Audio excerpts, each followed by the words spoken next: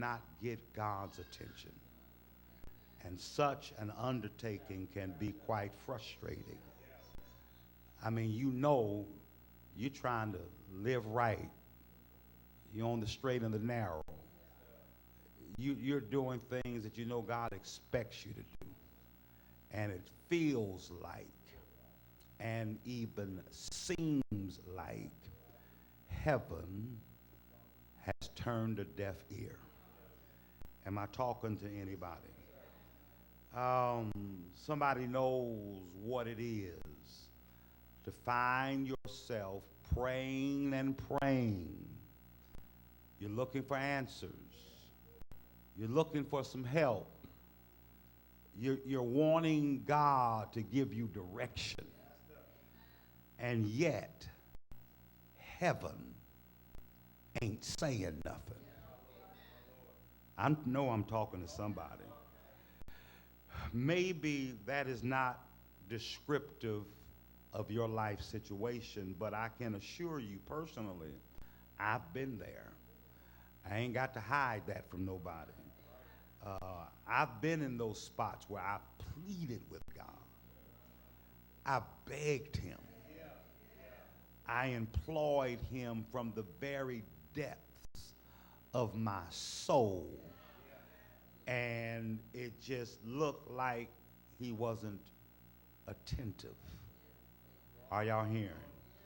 Wanting relief. Maybe someone, you want the pain to subside.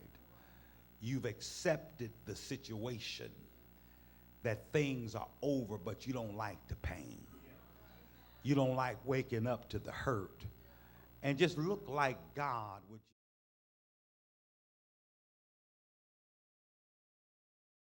just remove that. Are y'all hearing what I'm saying? I know I'm talking to somebody. I know I'm talking to somebody. You've been waiting on God for an answer, but look like the question that continues to reverberate across the corridors of your mind.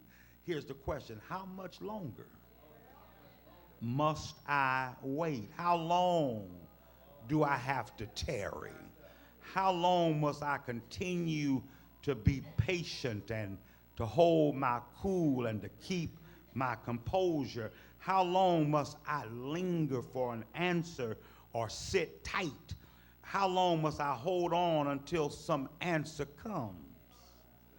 It can be quite frustrating.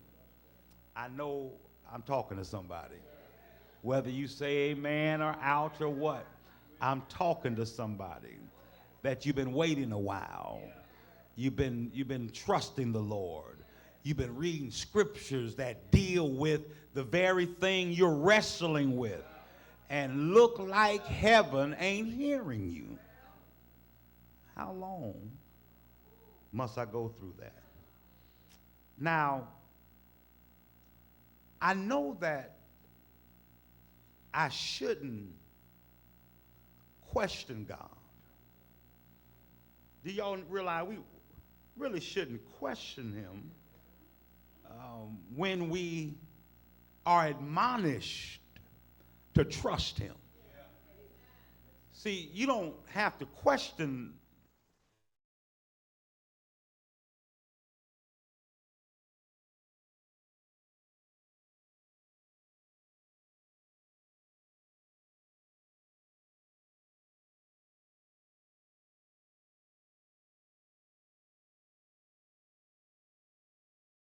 someone you trust. You just trust them even though you don't understand all of their ways. You just trust them. But let's be real. There are times, I'm suggesting, when you got questions. Have I got a witness? I know he's worthy of my trust, but I got questions. And the real struggle that we often have centers around one word. All right, I think I got action now. So I'm doing a test to try to bring in another video source, which happens to be at this time Um, so I'm looking up. So y'all see me looking up. I'll look at you guys. Um, but trying to bring in this. What am I doing? I'm bringing in the iPhone video. So hopefully this works. You guys can see me. I see about five.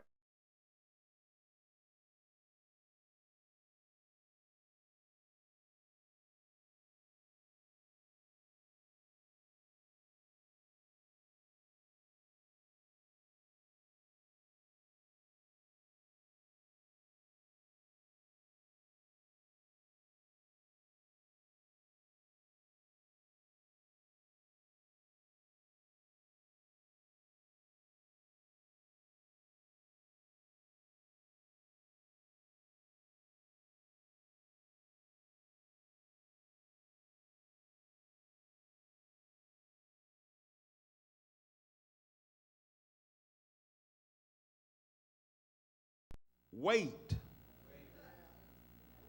Wait. Why y'all acting like that word don't bother you? Wait. Nobody likes the waiting room. Nobody likes to wait in traffic. Nobody likes to wait in line. Nobody likes to wait for the answer, for the diagnosis. It's a word that we don't like, and yet it's a word that we must all face. That sometimes God, with regards to we his children, his word is wait. Can I get a witness?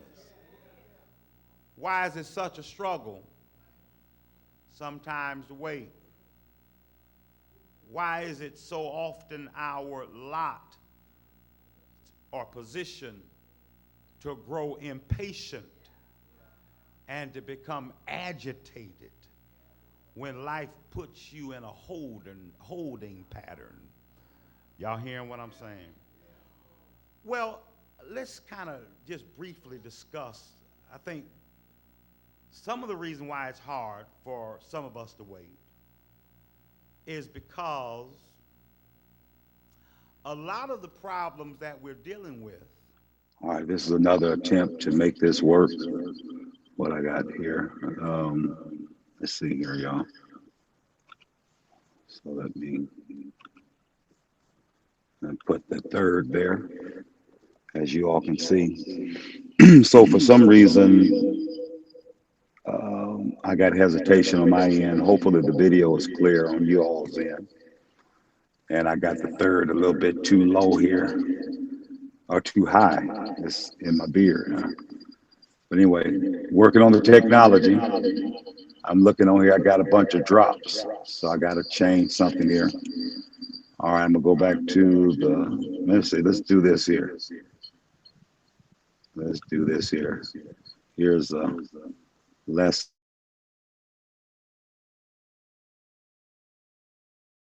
I just wanted you to kind of have that overview in your mind. Job and his adversity. So it doesn't seem like we're going through reading all this back and forth.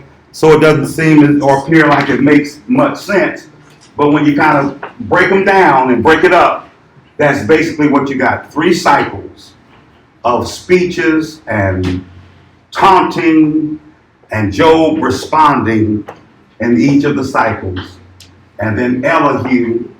And then the most important, somebody responding, is the Lord himself. All right? All right, so this lesson, 8, is on becoming a good listener. This is the part now of the last of the second cycle, last part of the second cycle, becoming a good listener. Now, our last lesson, what was the title? What was the title of lesson 7? It ought to be near you. Consoling someone going through adversity. And we dealt with things that you don't want to do if you're going to console them, so on and so forth. Has a time stamp on it. Let me show you what I mean. There's a deadline. 12 midnight is a deadline. there's a due date. Are y'all hearing? I've gotten all of the extensions I can get. So God, I can't wait because there's a time stamp. I need this to hurry up and be addressed. There's an expiration date. There's an expiration on the situation. So that's why it becomes such a problem for many of us to wait, because this situation demands, and I'm thinking, a right now answer. And yet God says, wait. Are y'all going to walk with me? All right, now this is the small version. Oh, I got echo going and feedback. I don't know. We're going to try this tomorrow night as we try to join in with Pastor Lewis and the Rising Star in Fresno, and then St. John and Tulare. We'll see. Some of you are tired of disguising your voice on the phone. Is Billy home? No, Billy not here. That's Billy that answered the phone. Y'all hear what I'm saying? I'm getting calls from those who are expecting